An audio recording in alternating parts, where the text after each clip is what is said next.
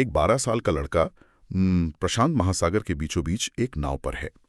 हवा बहुत तेज है, पानी की लहरें नाव से जोर जोर से टकरा रही हैं और अचानक उस लड़के को मीलों दूर ओआहू टापू पर मौजूद अपने पिता की छवि दिखाई देती है। और ये कोई सपना नहीं था, बल्कि बिल्कुल, दिन के उजाले में एक स्पष्ट छवि थी।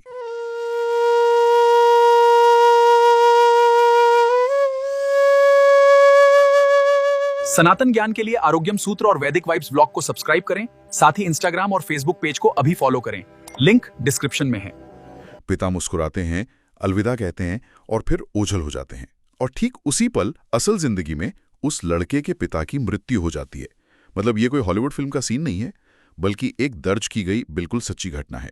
हाँ, और दिलचस्प बात यह है कि मुख्य धारा का विज्ञान अक्सर ऐसी घटनाओं को महज एक इत्तेफाक या फिर दिमागी वहम कहकर खारिज कर देता है, क्योंकि हम इंसानों को हर चीज़ एक तय भौतिक खांचे में फिट देखने की आदत है ना? जो इन 5 इंद्रियों से महसूस हो, बस वही सच है। सही कहा। और इसीलिए आज के इस गहन विश्लेषण में हम इस सुरक्षित और आरामदायक भौतिक दुनिया की सीमाओं से थोड़ा बाहर निकलने वाले हैं। आज हमारा मिशन डॉक्टर जोसेफ मर्फी की किताब अलौकिक शक्ति के चमत्कार, इसके मूल विचारों को समझना है।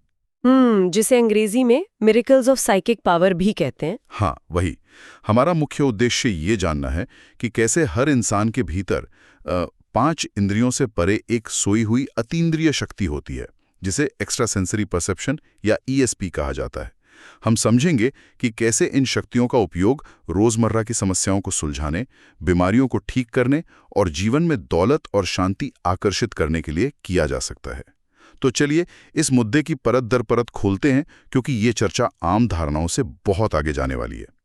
यहाँ शुरुआत में ही ये स्पष्ट करना बहुत जरूरी है कि हम किसी जादू टोने, रहस्यमयी कर्मकांड या किसी अंधविश्वास की बात बिल्कुल नहीं कर रहे हैं। हाँ, कोई झाड़ फूक नहीं है ये। बिल्कुल नहीं। हम अवचेतन मन के वैज्ञानिक और बहुत ही व्यावहारिक उपयोग की बात कर रहे हैं। ज्ञान तभी मूल्यवान है जब उसे समझा और असल जिंदगी में लागू किया जाए। यह मनोविज्ञान और ऊर्जा का एक ऐसा स्तर है जो हर इंसान के पास हमेशा से मौजूद है। तो शुरुआत इसी विचार से करते हैं कि हम सभी अतीन्द्रिय हैं, मतलब हम सब साइकिक हैं। ये कोई ऐसा खास वरदान नहीं है जो सिर्फ हिमालय की गुफाओं में बैठे किसी योगी को ही मिला हो। सही कहा। ये तो इंसान का उतना ही प्राकृतिक हिस्सा है जितना कि सांस लेना। अभी जो नाव वाले लड़के की कहानी हमने सुनी, वो इसका सबसे सटीक उदाहरण है। उस घटना के पीछे का विज्ञान वाकई बहुत गहरा है। यहाँ जो बात सबसे ज्यादा रोचक है वो ये है कि अवचेतन मन के लिए समय और दूरी, मतलब टाइम और डिस्टेंस का कोई अस्तित्व ही नहीं होता। एक मिनट, तो मतलब मीलों का फासला मन के लिए कुछ भी नहीं है? बिल्कुल कुछ नहीं। भौतिक शरीर के लिए दीवारें हैं, मीलों का फासला है, लेकिन मन के लिए नहीं। जब कोई व्यक्ति जीवन के अगले आयाम में प्रवेश करता है, जैसे उस लड़के के पिता, तो उनके भीतर अपने प्रियजनों तक अंतिम संदेश पहुंचाने की एक बहुत तीव्र इच्छा होती है। ऊर्जा कभी नष्ट नहीं होती है ना? हाँ, वो बस अपना रूप बदलती है। बिल्कुल, वो इच्छा एक सघन ऊर्जा बन जाती है। और चूंकि वो लड़का नाव पर था, प्रकृति के बीच था, उसका मन एक बहुत ही शांत और ग्रहणशील अवस्था में था। इसलिए उसने टेलीपैथी के जरिए उस संदेश को तुरंत पकड़ लिया। ये तो रोजमर्रा की जिंदगी में भी अक्सर होता है। मतलब कितनी बार ऐसा होता है कि हम किसी दोस्त के बारे में सोच रहे होते हैं और अचानक उसी इंसान का फोन आ जाता है। हाँ, हर किसी के साथ ऐसा कभी ना कभी होता ही है। अगर मैं एक तुलना करूं, ये तो बिल्कुल ऐसा है जैसे हमारे दिमाग में एक इनबिल्ट वाईफाई या ब्लूटूथ है जो हमेशा ऑन रहता है। ब्रह्मांड में सिग्नल्स लगातार आ जा रहे हैं, लेकिन हम कभी अपने आसपास के सिग्नल्स को चेक ही नहीं करते। क्योंकि दुनिया इसके विचार का मजाक उड़ाती है और हम अपने शोर में इतने उलझे रहते हैं। ये वाईफाई वाली एनालॉजी काफी हद तक सटीक है। और सबसे बड़ी बात यह है कि अब विज्ञान भी इसे नकार नहीं रहा है। अच्छा, विज्ञान में इसके क्या प्रमाण हैं? ड्यूक यूनिवर्सिटी के डॉक्टर J.B. राइन और अमेरिकन सोसाइटी ऑफ मैथमेटिक्स जैसे संस्थानों ने दशकों तक इस पर गहन शोध किया है। उन्होंने ताश के पत्तों और डाइस के साथ हजारों प्रयोग किए और नतीजे ये थे कि लोग महज तुक्के से कहीं ज्यादा सटीकता के साथ चीजों की भविष्यवाणी कर रहे थे। उन्होंने इन अतीन्द्रिय शक्तियों जैसे पूर्वाभास, टेलीपैथी और दूरदर्शन को सांख्यिकीय और वैज्ञानिक रूप से पूरी तरह वैध ठहराया। तो अगर हमारे पास ये मानसिक वाईफाई है तो जाहिर है कि ये सिर्फ मौत या खतरे के समय ही काम नहीं करता होगा। इसके इस्तेमाल तो रोजमर्रा की जिंदगी को बेहतर बनाने के लिए भी किया जा सकता है। मर्फी ने अपनी किताब में एक बड़ी दिलचस्प घटना का जिक्र किया है जहां इस शक्ति का उपयोग आर्थिक स्थिति सुधारने के लिए किया गया। हाँ, वो हवाई के टैक्सी ड्राइवर वाली कहानी है ना? बिल्कुल वही। हवाई के एक चीनी टैक्सी ड्राइवर की कहानी है। उसने दौलत के लिए बहुत शिद्दत से प्रार्थना की।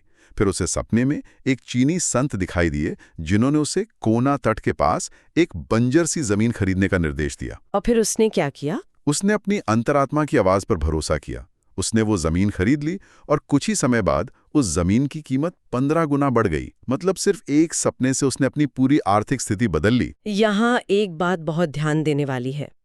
वो टैक्सी ड्राइवर कोई चमत्कार नहीं कर रहा था। जब उसने दौलत की प्रबल और सच्ची इच्छा की तो उसके अवचेतन मन ने उन अवसरों को खोजना शुरू कर दिया जो उसे वहां तक ले जा सके। क्योंकि अवचेतन मन के पास असीमित जानकारी का भंडार है। बिल्कुल। उसे सपने में संत इसलिए दिखे क्योंकि उसका मन उस सांस्कृतिक प्रतीक पर विश्वास करता था।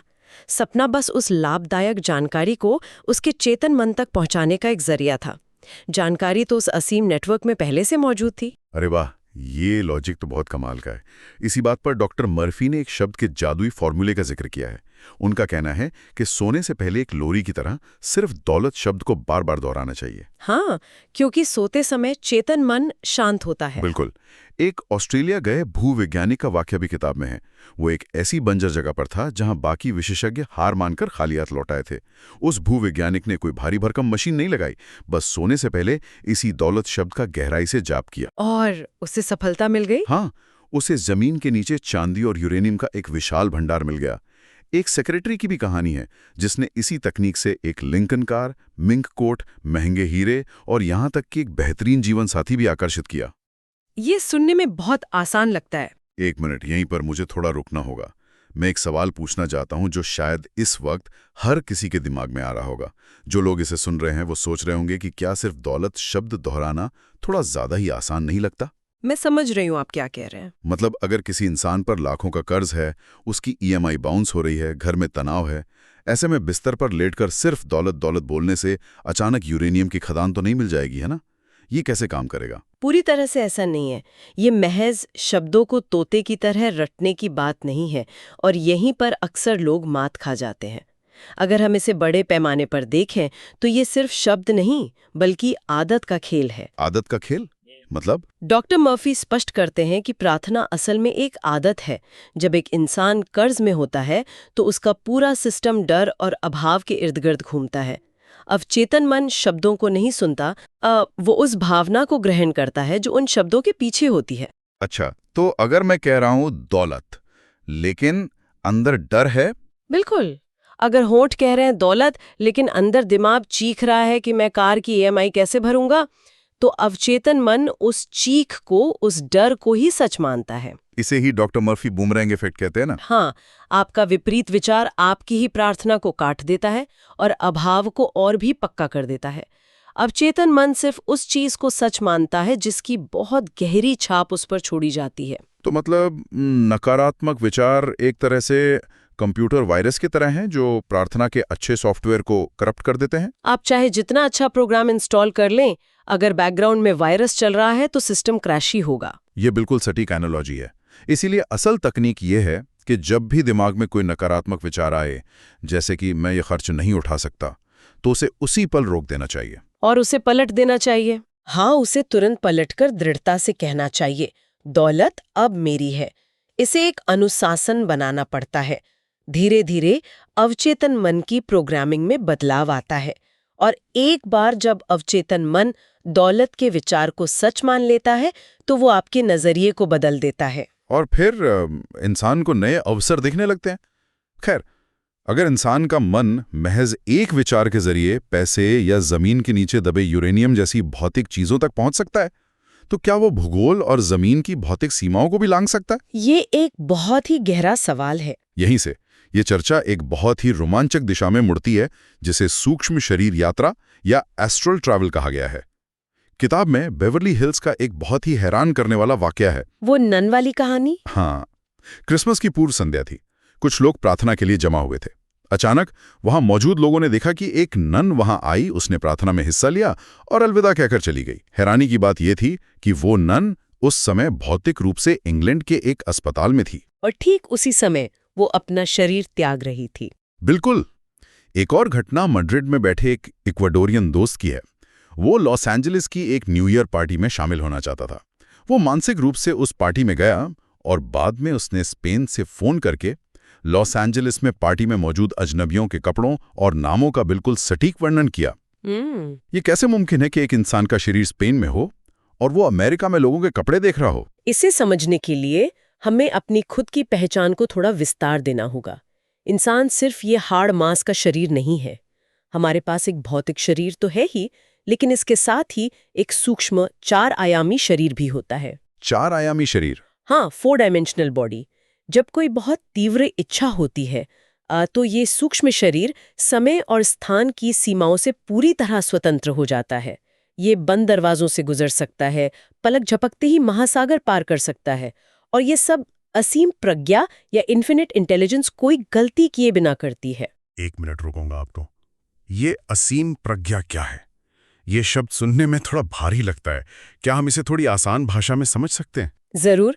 कल्पना कीजिए कि पूरा ब्रह्मांड एक विशाल इंटरनेट नेटवर्क है और ये असीम प्रज्ञा उस नेटवर्क का मुख्य सर्वर है। हम सभी इंसानों के दिमाग अलग अलग लैपटॉप या डिवाइसेस हैं जो इसी सर्वर से जुड़े हैं। अच्छा, तो सब कुछ कनेक्टेड है? बिल्कुल। सर्वर के पास हर चीज की जानकारी है। जब वो इक्वाडोरियन दोस्त लॉस एंजलिस जाना चाहता था तो उसने इस सर्वर को एक तरह से रिक्वेस्ट भेजी। सर्वर ने उसे तुरंत उस लोकेशन के डेटा से कनेक्ट कर दिया, क्योंकि सर्वर के लिए स्पेन और अमेरिका में कोई दूरी नहीं है। इस सर्वर वाली एनोलॉजी बहुत सही है। और अच्छी बात यह है कि इसका उपयोग सिर्फ हवा में उड़ने या पार्टियां देखने के लिए नहीं होता। रोजमर्रा के विवाद और उलझने सुलझाने में भी इसका काम है। हाँ, रोजमर्रा के जीवन में इसके बहुत व्यावहारिक उपयोग हैं। किताब में एक वकील की कहानी है जिसका एक केस 5 साल से फंसा हुआ था। तारीख पर तारीख पड़ रही थी। उसने जज को कोई रिश्वत नहीं दी, कोई तिकड़म नहीं लगाई। उसने सिर्फ अपनी कल्पना का इस्तेमाल किया है ना? बिल्कुल। उसने सिर्फ रोज रात को ये कल्पना की कि विरोधी वकील मुस्कुराते हुए उसके पास आ रहा है, हाथ मिला रहा है और उसे बधाई दे रहा है कि केस शांति से सुलझ गया है। वो इसी भावना को महसूस करते हुए सो जाता और वाकई कुछ ही दिनों में बिना किसी बहस के केस सुलझ गया। यहाँ जो हो रहा था वो उसी सर्वर के जरिए भेजा गया एक सीधा मैसेज था। वकील ने अपने अवचेतन मन में एक शांतिपूर्ण समाधान का बीज बोया। उसने ये नहीं सोचा कि मैं उसे अदालत में बुरी तरह हरा दूंगा। हाँ, उसने कोई नकारात्मक विचार नहीं रखा। उसने शांति और सामंजस्य चुना। और क्योंकि हम सभी का अवचेतन उसी असीम प्रज्ञा से जुड़ा है, वो सामंजस्य का संदेश बिना किसी रुकावट के उस विरोधी वकील के मन तक पहुंच गया। इसी से जुड़ी एक और घटना है, एक लड़की की। उसका अपने बॉयफ्रेंड टॉम से बहुत बुरा झगड़ा हो गया था, जो उस वक्त वियतनाम में तैनात था। लड़की उससे बात करना चाहती थी, लेकिन उसने ये जिद नहीं की कि टॉम मुझे अभी कॉल करे। ये बहुत जरूरी पॉइंट है। उसने अपनी इच्छा नहीं थोपी। हाँ, उसने अपनी इच्छा टॉम पर थोपने की कोशिश नहीं की। इसके बजाय उसने ईश्वर से टॉम के लिए सिर्फ प्रेम और शांति की प्रार्थना की। नतीजा ये हुआ कि टॉम ने वियतनाम में अपने टेंट में अचानक उस लड़की की मुस्कुराती हुई छवि देखी। उसका गुस्सा शांत हो गया और दोनों के बीच सुलह हो गई। ये एक बहुत ही महत्वपूर्ण मनोवैज्ञानिक और आध्यात्मिक सबक है। मानसिक रूप से कभी भी किसी पर दबाव नहीं डालना चाहिए। जब हम अपनी जिद किसी पर थोपते हैं तो वो एक आक्रामक और नकारात्मक ऊर्जा होती है और सामने वाला डिफेंसिव हो जाता है। बिल्कुल, सामने वाले का अवचेतन मन इसे एक हमले की तरह लेता है। लेकिन जब हम सामंजस्य और प्रेम भेजते हैं तो वो एक उच्च आवृत्ति यानी हायर फ्रीक्वेंसी पर कंपन करता है। ये सकारात्मक परिणाम लाता है। तो अगर इंसान का दिमाग मीलों दूर जाकर रिश्तों को सुधार सकता है, तो क्या वो शरीर के भीतर जाकर हमारी अपनी कोशिकाओं को, हमारे भौतिक अस्तित्व को भी बदल सकता है? हाँ, और यहीं पर बात और गहरी हो जाती है। बिल्कुल। यहाँ से ये चर्चा उस हिस्से की ओर जाती है जो शायद सबसे रहस्यमयी है, शारीरिक कष्ट, नकारात्मकता और मृत्यु। ताहिती की एक लड़की की घटना है। वो लड़की बिस्तर पर पड़ी थी, धीरे धीरे मर रही थी। उसे पूरा यकीन था कि उस पर किसी ने काला जादू कर दिया है। यहाँ एक बहुत बड़ी गलतफहमी अक्सर होती है कि काले जादू में अपनी कोई शक्ति होती है।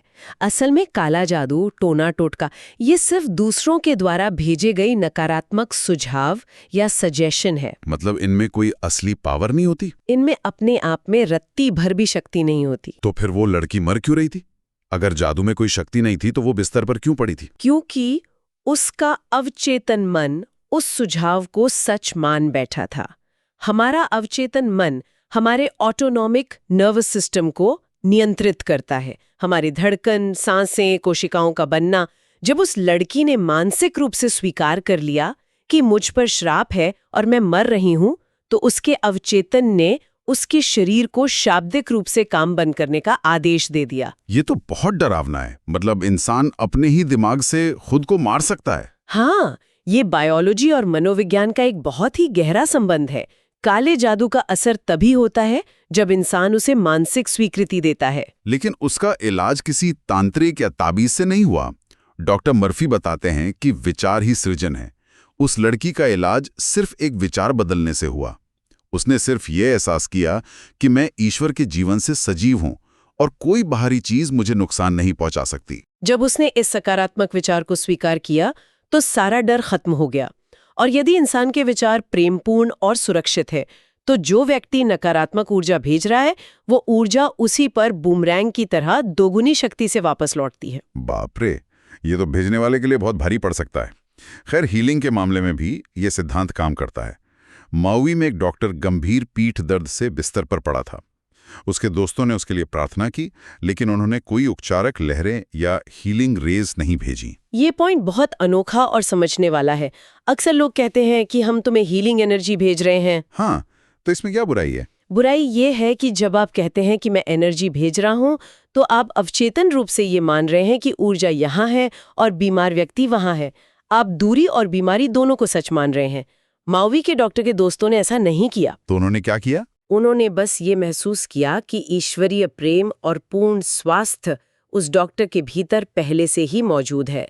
बीमारी एक भ्रम है।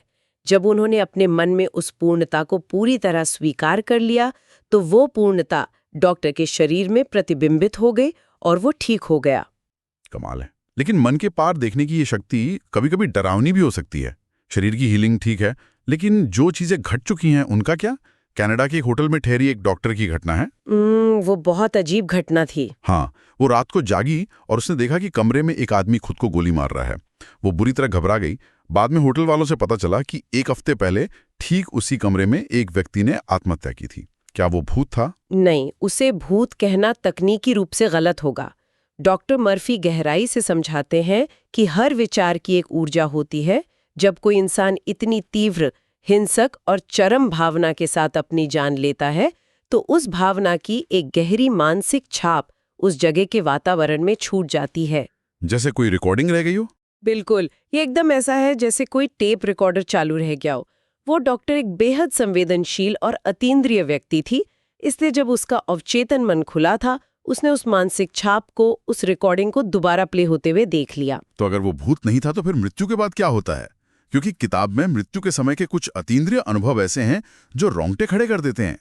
एक 92 साल की महिला ने अपने मृत्यु का बिल्कुल सटीक समय बता दिया। हाँ, और उसने कहा कि उसके 3 स्वर्गवासी बेटे उसे लेने आ रहे हैं। एक और घटना है अस्पताल में मरने वाले एक व्यक्ति की। उसने अपने बिस्तर के पास अपने 3 बच्चों से बात की और साथ ही थेडियस नाम के एक शख्स से भी बात की। उसकी पत्नी को लगा वो भ्रम में है, क्योंकि थेडियस तो ऑस्ट्रेलिया में रहता था। लेकिन हकीकत कुछ और थी। हाँ, एक हफ्ते बाद पता चला कि थेडियस की भी ऑस्ट्रेलिया में मौत हो चुकी थी। मरने वाले व्यक्ति को ये बात पहले ही पता चल गई थी। ये एक बहुत जरूरी सवाल खड़ा करता है। ये घटनाएं स्पष्ट करती हैं कि जिसे हम मृत्यु कहते हैं, वह अंत नहीं है, वह सिर्फ दूसरे आयाम या डायमेंशन में प्रवेश करना है। मतलब सिर्फ एक दरवाजा पार करना है। हाँ, हमारे प्रियजन हमेशा हमारे आसपास होते हैं, बस उनकी फ्रीक्वेंसी अलग होती है। जैसे एक ही रेडियो में अलग अलग चैनल चल रहे हों। आप FM सुन रहे हैं तो इसका मतलब ये नहीं कि AM चैनल का अस्तित्व ही खत्म हो गया। इसका सबसे भावुक और शक्तिशाली उदाहरण वियतनाम में सेना के उस अफसर का है। वो जंगल में बुरी तरह घायल पड़ा था, खून बह रहा था, बचने की कोई उम्मीद नहीं थी। तभी उसका स्वर्गवासी भाई, जो कुछ समय पहले मारा गया था, बचाव दल के डॉक्टरों के सामने प्रकट हुआ। और उसने डॉक्टरों को रास्ता दिखाया? हाँ, उसने डॉक्टरों को रास्ता दिखाकर अपने भाई तक पहुंचाया और उसकी जान बच गई। ये इस बात का प्रमाण है कि प्रेम मृत्यु के बाद भी खत्म नहीं होता। उस भाई की इच्छा इतनी तीव्र थी कि उसके सूक्ष्म शरीर ने अपनी फ्रीक्वेंसी बदलकर भौतिक आयाम में प्रवेश कर लिया। तो इस सबका आखिर निष्कर्ष क्या है? हमने हवाई के टैक्सी ड्राइवर की दौलत से लेकर स्पेन के दोस्त की यात्रा, तहीती की लड़की की हीलिंग और वियतनाम के जंगलों में मृत्यु के पार जाने तक की घटनाएं देखी। मतलब बिल्कुल साफ है कि हम सिर्फ ये हाड़ मांस का पुतला नहीं हैं। बिल्कुल नहीं। हम असीमित क्षमता वाले आध्यात्मिक और मानसिक जीव हैं। हमारे पास एक ऐसा सिस्टम है जो समय, स्थान या बीमारी की किसी भी सीमा को नहीं मानता। और सबसे अहम बात यह है कि इस शक्ति को जागृत करने के लिए पहाड़ों पर जाने की जरूरत नहीं है। मैं एक बहुत ही व्यवहारिक तकनीक साझा करना चाहूंगी जो किताब में दी गई है। हाँ, जो लोग सुन रहे हैं उनके लिए बहुत काम की चीज है। हर रात सोने से पहले अपने बिस्तर पर लेट जाएं। अपने शरीर के हर हिस्से को, पैरों को, पेट को, हृदय को, सिर को तनाव मुक्त होने का निर्देश दें। मतलब रिलैक्स करें। हाँ, और मन में शांति से कहें, मैं पूर्ण शांति में हूँ। जब शरीर शिथिल हो जाता है तो अवचेतन मन सबसे ज्यादा ग्रहणशील होता है। अपनी समस्याओं के बारे में सोचते हुए कभी न सोएं। शांति के विचार के साथ सोएं। ये अतीन्द्रिय शक्तियों को जागृत करने का पहला कदम है। ये तो कोई भी आज रात से शुरू कर सकता है। इस पूरी चर्चा ने वाकई दुनिया को देखने का नजरिया ही बदल दिया है। तो चलिए इस विश्लेषण को एक विचार के साथ यहीं विराम देते हैं। अगर हमारा दिमाग वाकई एक इनबिल्ट वाईफाई की तरह लगातार ब्रह्मांड में तरंगे भेज रहा है, तो जरा सोचिए, बिना एहसास किए ठीक इस पल हर इंसान का अवचेतन मन आने वाले कल के लिए कौन सी कहानी ब्रॉडकास्ट कर रहा है? डर की कहानी या पूर्णता की? बिल्कुल। और सबसे बड़ा सवाल, क्या इंसान अपनी इस अनजाने में लिखी जा रही कहानी को जागरूक होकर बदल सकता है? सोचने वाली बात है। फिलहाल के लिए इतना ही, बातचीत जारी रहेगी।